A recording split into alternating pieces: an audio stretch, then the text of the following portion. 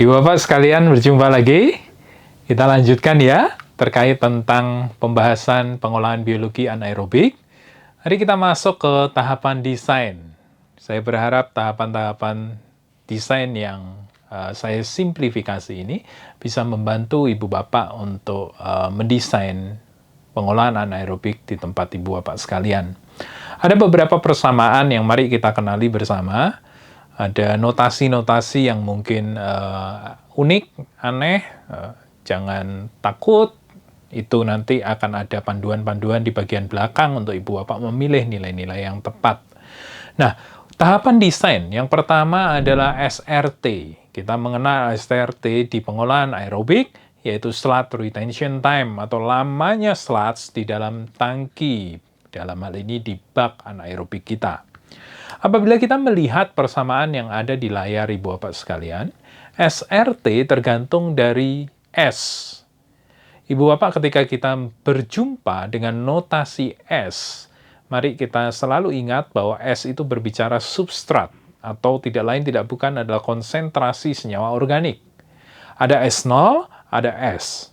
S0 adalah konsentrasi senyawa organik yang belum diolah, atau yang masuk sebagai input di dalam bak pengolahan biologi kita. Sementara S adalah konsentrasi organik yang kita harapkan atau yang terolah, yang keluar, ya, efluen daripada bak atau reaktor biologi kita. Nah, apabila kita melihat SRT di sini untuk anaerobik Ibu Bapak sekalian, maka notasi S itu yang harus kita ketahui atau kita tetapkan. S sebagaimana di pengolahan aerobik, biasanya mengacu pada baku mutu. Jadi apabila baku mutu hanya mengizinkan maksimal COD-nya yang boleh keluar dari IPAL kita, dari unit pengolahan limbah kita adalah 150 sebagai contoh, maka Ibu Bapak bisa menaruh S nilai 150. Atau lebih amannya dikurangi lagi, 125 skala faktor, atau 120, atau 100 bahkan. Ya, Ibu Bapak tetapkan itu. Sementara ada notasi-notasi seperti μm, ks, kd, itu adalah konstanta yang mari kita mengacu pada tabel atau ada data yang menyajikan kepada kita informasi nilai-nilai itu yang kita bisa ambil untuk kita bisa tetapkan, pakai untuk menetapkan SRT. Nanti di bagian belakang saya akan tunjukkan tabel itu. Nah, dari persamaan ini, Bapak sekalian, maka kita bisa mengestimasi, mengetahui apabila kita menghendaki nilai S, senyawa organik keluaran saya dari bak biologi saya adalah sekian, maka berapa SRT yang harus saya kondisikan? Itu tujuan dari persamaan ini. Dan itu kemudian penting untuk persamaan berikutnya. Jadi persamaan ini berantai, Ibu Bapak sekalian. Persamaan yang kedua adalah persamaan untuk mengestimasi jumlah produksi sludge. Kita selalu ingat bahwa ketika mikroorganisme mendekomposisi senyawa organik sebagai makanannya, maka dia akan bermultiplikasi. Ekspresi daripada mikroorganisme di lapangan, di pengolahan biologi kita di skala lapangan, kita kenal dengan istilah sludge, lumpur.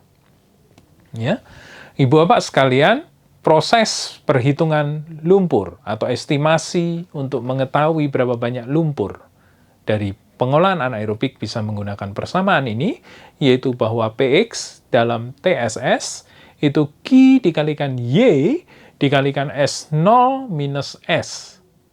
Kemudian dibagi dengan 1 plus KD yang dikalikan SRT, di mana SRT adalah dari persamaan sebelumnya, kemudian dikalikan 0,85. Nah, beberapa notasi Ibu Bapak sudah tahu. Q, sekali lagi berbicara tentang debit air limbah yang dihasilkan di perusahaan Ibu Bapak sekalian. Y adalah yield. Itu kita juga bisa tetapkan nanti dengan bantuan tabel di belakang. Baru saja kita berbicara S. S0 yang mau diolah. S adalah yang kita kehendaki. SRT dari persamaan sebelumnya, KD itu adalah koefisien decay atau koefisien kematian daripada mikroorganisme. Kita bisa ambil juga nilainya dari tabel yang nanti Ibu Bapak lihat di bagian belakang. Nah, dari persamaan ini, Ibu Bapak kemudian akan mendapatkan nilai PX atau produksi sludge dari pengolahan anaerobik. Lagi-lagi sama dengan di pengolahan aerobik, jika Ibu Bapak amati, maka nilai-nilai QS menjadi nilai-nilai atau menjadi parameter-parameter yang penting dalam menentukan banyak sedikitnya sludge. Adalah benar bahwa sludge untuk perbandingan apple to apple, apabila itu dihasilkan atau apabila itu dikerjakan dengan pengolahan aerobik dan anaerobik, ada pembeda. Di pengolahan anaerobik, sludge yang terbentuk lebih sedikit daripada aerobik. Kenapa? Karena sebagian daripada hasil dekomposisi oleh anaerobik treatment itu berupa gas. Lebih banyak ke sana, energi dipakai lebih banyak ke sana, sehingga untuk multiplikasi lebih sedikit.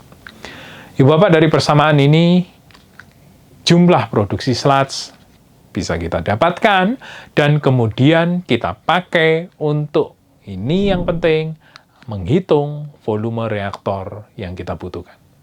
Volume reaktor ditentukan dari produksi sludge yang baru dihasilkan dari persamaan sebelumnya, SRT, begitu ya, yang tadi juga kita estimasi dari persamaan awal, dibagi dengan jumlah biomasa yang kita pekerjakan di volume anaerobik kita, di reaktor anaerobik kita.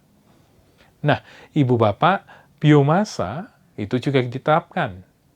Di pengolahan aerobik, besarannya dikatakan 2.000 sampai 3.000. Di anaerobik, literatur menyebutkan antara 3.000 sampai 6.000. Ibu Bapak bisa memilih nilainya.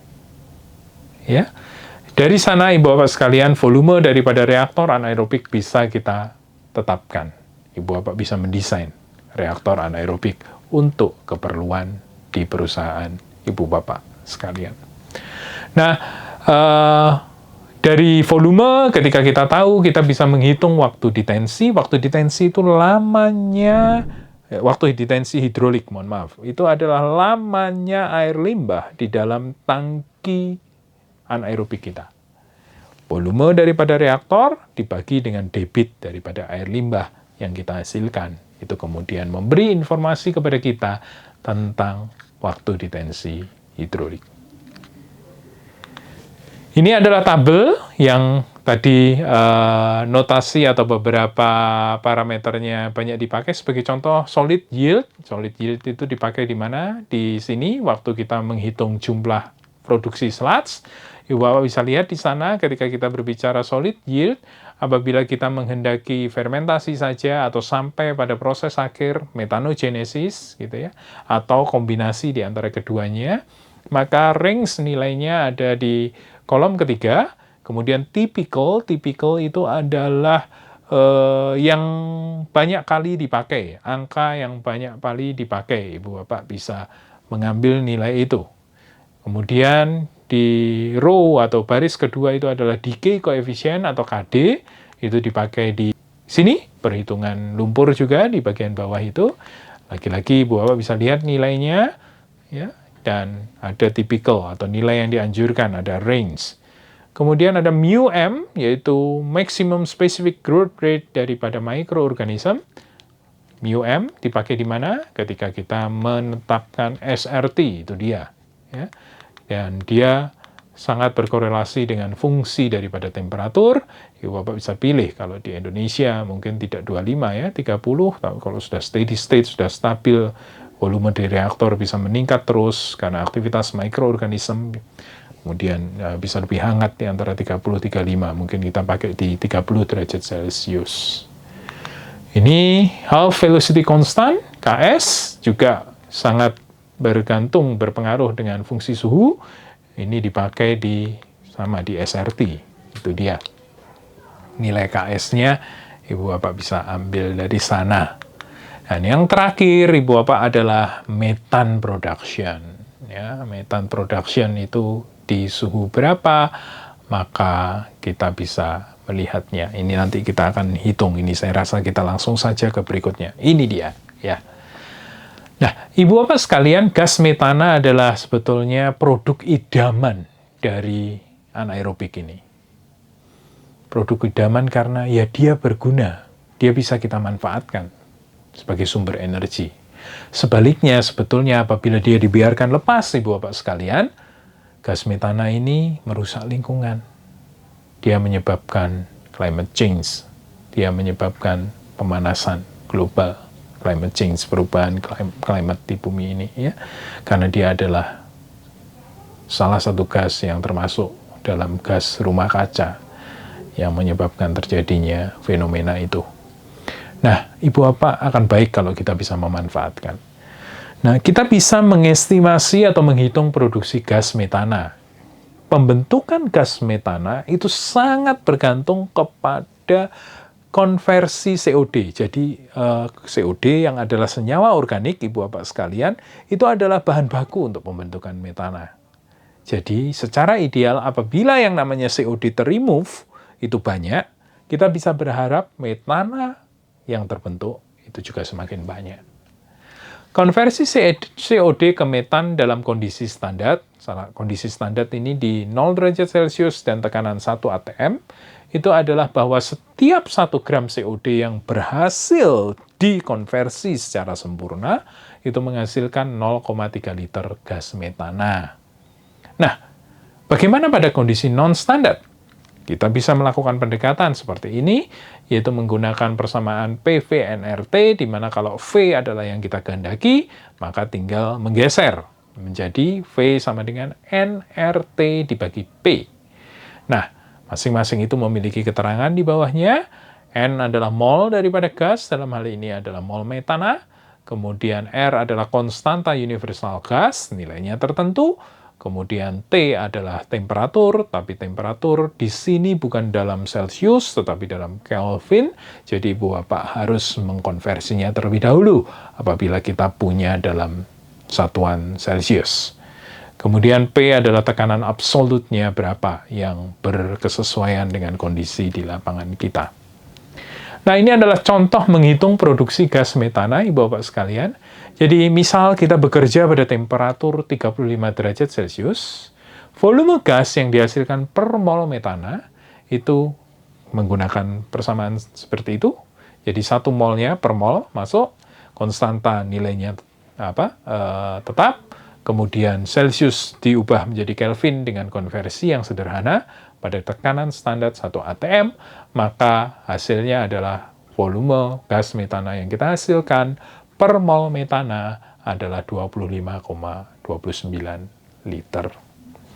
Nah, itu kemudian bisa kita konversi lebih lanjut, karena 1 mol metana itu adalah 64 gram daripada COD yang tersisihkan, maka jumlah gas CH4 yang dihasilkan per unit COD itu adalah seperti itu.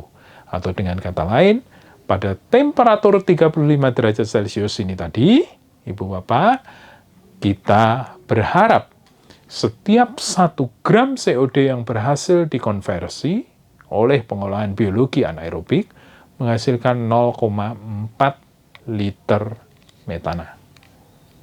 Nah, tinggal nanti mengkonversi. Ibu Bapak menghitung, sebagai contoh, kita punya yang namanya COD inputan 1500, kemudian COD effluent itu 500. Berarti COD yang ter-remove itu adalah 1500 dikurangi 500, 1000 mg per liter. Gitu ya, 1000 mg per liter dijadikan miligram. Tinggal dikalikan volume air limbah yang Ibu Bapak olah. Katakanlah limbah yang diolah adalah 1000 liter. Maka 500 mg per liter dikalikan 1000 liter menjadi 500.000 mg. Atau menjadi 500 gram. 500 gram kalau per gramnya menghasilkan 0,4 liter metana, maka 500 dikalikan 0,4 Ibu Bapak sekalian. Menjadi 200 liter metana. Jika kita bekerja di temperatur 35 derajat Celcius. Seperti itu cara kita mengestimasi produksi gas metana dari pengolahan anaerobik. Saya menyarankan jika ibu bapak mempekerjakan pengolahan anaerobik ini, akan baik untuk kita menangkap biogas. Setidaknya itu bisa dipakai untuk beberapa case study atau contoh-contoh kasus yang sudah ada di lapangan bisa dipakai untuk kompor, menyalakan kompor, itu bisa juga untuk kegiatan-kegiatan yang simple, yang sederhana. Tentu saja apabila skalanya besar, ya, gas metana yang dihasilkan besar, maka bisa dipakai untuk peruntukan yang lebih besar pula. Ibu bapak, itu anaerobik. Nah, sama seperti aerobik, ibu bapak sekalian, tentu mikroorganisme makhluk hidup. Dalam dia hidup, dalam dia bekerja, ada kondisi yang mendukung dia bekerja dengan optimum, tapi juga ada kondisi yang menghalangi untuk dia bisa bekerja dengan optimum atau bahkan mengganggu kehidupannya. Nah, sekali lagi, ibu bapak harus cek kondisi air limbah yang akan diolah.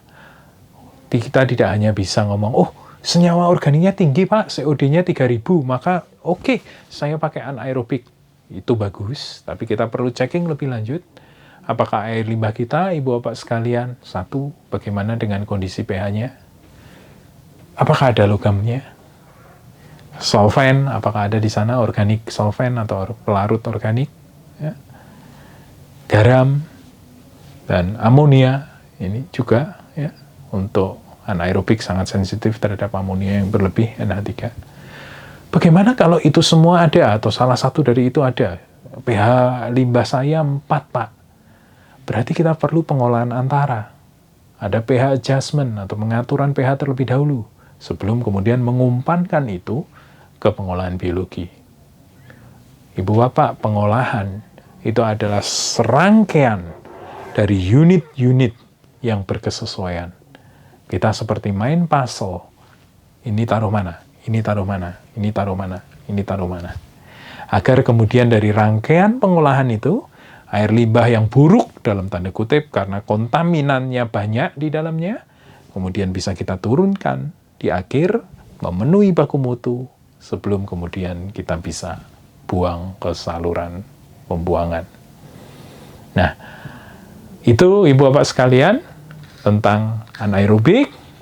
Ibu bapak saya harap bisa membedakannya dengan aerobik dan kemudian bisa menetapkan mana yang lebih sesuai, yang mau diterapkan di perusahaan ibu bapak. Refreshing lagi, gitu ya. Nah, ini baru saja tadi saya nyampaikan, ibu bapak, dari perbedaan antara aerobik dan anaerobik.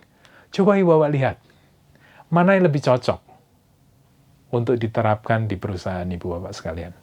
Yang aerobik kah atau yang anaerobik? Tentu saja ketika ibu bapak memilih, cobalah memberi penjelasan kenapa pilihan itu yang diambil. Untuk memberikan kepada kita gambaran yang komprehensif, sehingga kita tahu dengan memberi penjelasan, kita memahami setiap pilihan dari teknologi atau proses pengolahan yang kita ambil.